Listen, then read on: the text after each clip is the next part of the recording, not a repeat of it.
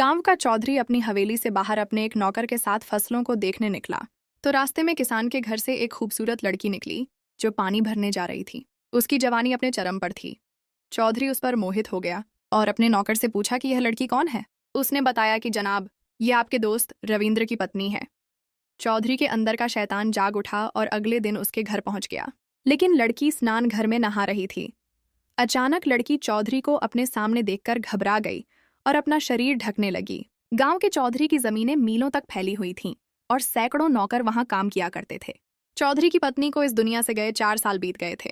एक बेटा था जो शिक्षा प्राप्त करने शहर गया हुआ था और हर हफ्ते एक आध चक्कर लगा लेता था। चौधरी की एक बेटी भी थी जिसकी शादी हो चुकी थी और अपने घर हंसी खुशी जीवन बिता रही थी। चौधरी के जीवन में कोई महिला नहीं आ सकी। चौधरी अकेला जीवन बिताने लगा। बस कभी कभार बेटे से मिलने शहर जाया करता था और ज्यादा समय हवेली में ही बिता देता। एक दिन चौधरी अपने एक नौकर के साथ फसलों को देखने के लिए निकला तो रास्ते में किसानों के छोटे छोटे कच्चे घर बने हुए थे। अचानक चौधरी की नजर एक घर के दरवाजे पर पड़ी जहां से खूबसूरत लड़की निकल रही थी। उसने सिर पर पानी का मटका रखा हुआ था। शायद वह पानी भरने जा रही थी। चौधरी की नजर उस पर टिक गई। वह एक भरी पूरी जवान लड़की थी जिसमें जवानी का नशा छलका हुआ था। चौधरी का मन कर रहा था कि उसे देखता रहे। लड़की पास आ गई तो चौधरी हैरानी भरी नजरों से देखने लगा, क्योंकि उसके कपड़े काफी पुराने थे लेकिन उसका आकर्षक शरीर कपड़ों से झलक रहा था। लड़की ने चौधरी को नमस्ते किया और पास से गुजर गई। चौधरी ने फसलों में जाने का इरादा रद्द कर दिया और नौकर के साथ वापस हवेली आ गया। इस दौरान थोड़ी देर के लिए भी उसका ध्यान लड़की से नहीं हटा। आखिर उसने अपने नौकर से पूछ ही लिया कि वह लड़की कौन थी। नौकर ने बताया कि जनाब, वह लड़की आपके दोस्त रविंद्र की पत्नी है और कोई 20 दिन पहले उसकी शादी हुई है। चौधरी ने नौकर को वापस भेज दिया और उस लड़की के बारे में सोचने लगा। बार बार उस लड़की का चेहरा उसके सामने आ रहा था। आखिर चौधरी साहब का सब्र जवाब दे गया और वह उस लड़की को पाने की योजना बनाने लगा। शाम को चौधरी ने अपने दोस्त रविंद्र को हवेली बुलाया और पास के गांव में अपने छोटे भाई के पास आम और देसी घी पहुंचाना था। साथ में चौधरी ने कुछ पैसे भिजवाने थे। चौधरी ने रविंद्र से कहा कि तुम एक ईमानदार और भरोसेमंद नौकर हो, इसलिए मेरा एक काम करो और यह चीजें और रुपये हमारे दूसरे गांव दे आओ और वापसी पर मेरे छोटे भाई से शहद लेते आना। यह सब चौधरी की एक योजना थी।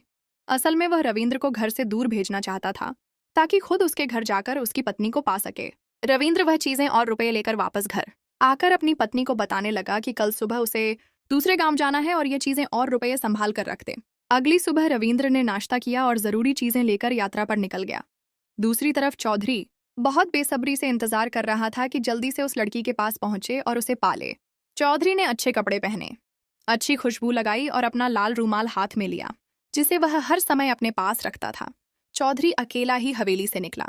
नौकर ने साथ जाना चाहा लेकिन उसने मना कर दिया कि कुछ देर टहलने के बाद आ जाऊंगा। चौधरी रविंद्र के घर पहुंचा। दरवाजे पर दस्तक दी लेकिन कोई दरवाजे पर नहीं आया। चौधरी जानता था कि रविंद्र तो घर से जा चुका होगा और उसकी जवान पत्नी घर पर ही होगी। उसने दरवाजे पर हल्का सा दबाव डाला तो दरवाजा खुल गया। घर में कोई भी नहीं था। अचानक चौधरी को स्नान घर में पानी गिरने की आवाज आई तो वह समझ गया कि लड़की नहा रही है। वह आगे बढ़ा, फिर अचानक कुछ सोचकर रुक गया कि कहीं वह लड़की नाराज ना हो जाए। चौधरी उसका इंतजार करने लगा।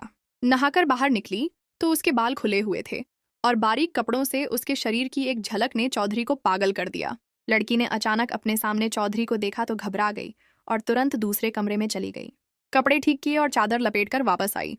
चौधरी को नमस्ते किया और कहा, चौधरी साहब, आज आप हमारे गरीब घर पर कैसे आए? हमारा घर और आपको बिठाने के लिए कोई अच्छी चीज भी नहीं है। चौधरी मुस्कुराया और एक पुरानी सी चारपाई पर बैठ गया। लड़की चौधरी के लिए लस्सी लेकर आई। चौधरी ने लस्सी का गिलास पिया और बोला, तुम्हें तो मालूम होगा कि रविंद्र हमारा नौकर है और मैं उसका मालिक हूँ, इस गांव का चौधरी हूँ। लड़की बोली, जी हाँ चौधरी साहब, मुझे सब मालूम है, लेकिन अभी तक आपने अपने आने का कारण नहीं बताया। चौधरी की हवस भरी नजरें उस लड़की को चुभ रही थीं। चौधरी ने बोला, उस दिन तुम्हें देखा तो मैं अपना होश खो बैठा हूँ। बस सब्र नहीं हो सका और तेरी जवानी हमें यहाँ खींच लाई, इसलिए अब अपने हुस्न की एक झलक हमें भी दिखाओ और अपने जवान शरीर का तोहफा आज हमें भी दे दो तो तुम्हें दौलत से तौल देंगे। चौधरी आगे बढ़ना चाहता था ताकि उस लड़की के नरम और मुलायम शरीर को छू सके, उसे अपने सीने से लगा सके। अचानक लड़की बोली, चौधरी साहब, हम गरीब लोगों के पास सिर्फ एक ही पूंजी है और वो है हमारी इज्जत। अगर ये ही न रही तो दौलत का क्या करना। चौधरी की आगे बढ़ने की कोशिश रुकी और कुछ गुस्सा भी आया कि लड़की उसकी पेशकश ठुकरा रही है। लड़की फिर बोली, चौधरी साहब, हम अनपढ़ लोग तो एक बात जानते हैं कि शेर कभी किसी का झूठा नहीं खाता और आप वहां से उम्मीद लगाए बैठे हैं जहां से आपका एक आम सा नौकर रोज तृप्त होता है। मैं आपके नौकर रविंद्र की पत्नी हूं जिसे वह रोज छूता है और मैं पिछले कई दिनों से उसकी पहुंच में हूं। आज आप अपने ही नौकर की बची खुची पत्नी से उम्मीद लगाए बैठे हैं। अगर आप समझदार हैं तो कभी भी इस हवस से पानी नहीं पिएंगे।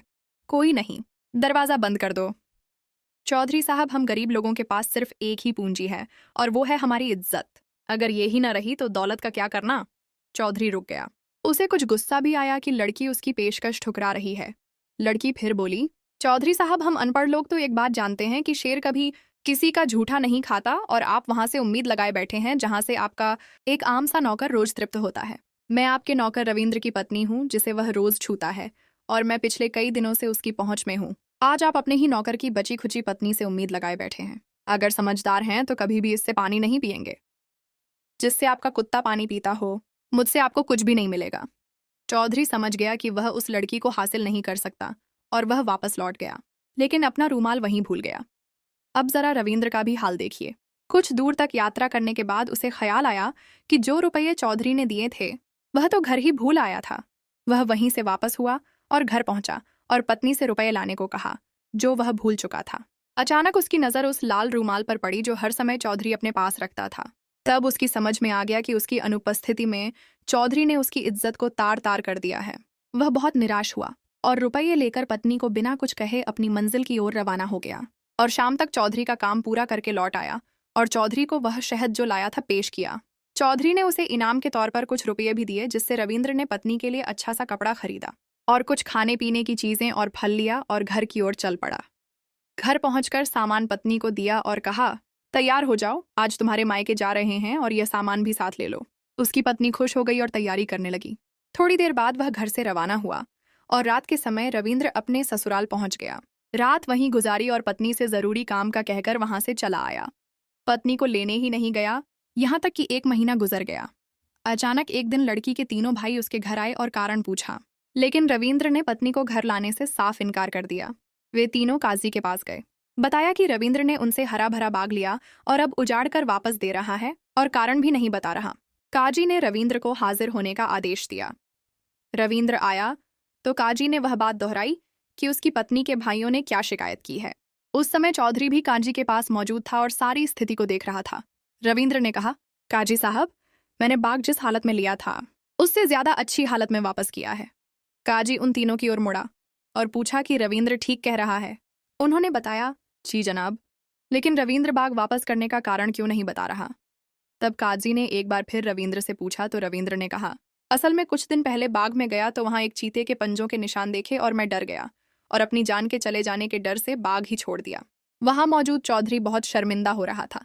वह सारी बात समझ गया और बोला, रविंद्र, चीते ने तुम्हारा बाग खराब नहीं किया। हाँ, वह गया जरूर था, लेकिन तुम्हारे बाग की सुरक्षा बहुत मजबूत थी। वह चीता कुछ देर वहां रुका, लेकिन बाग से एक पत्ता भी नहीं तोड़ सका।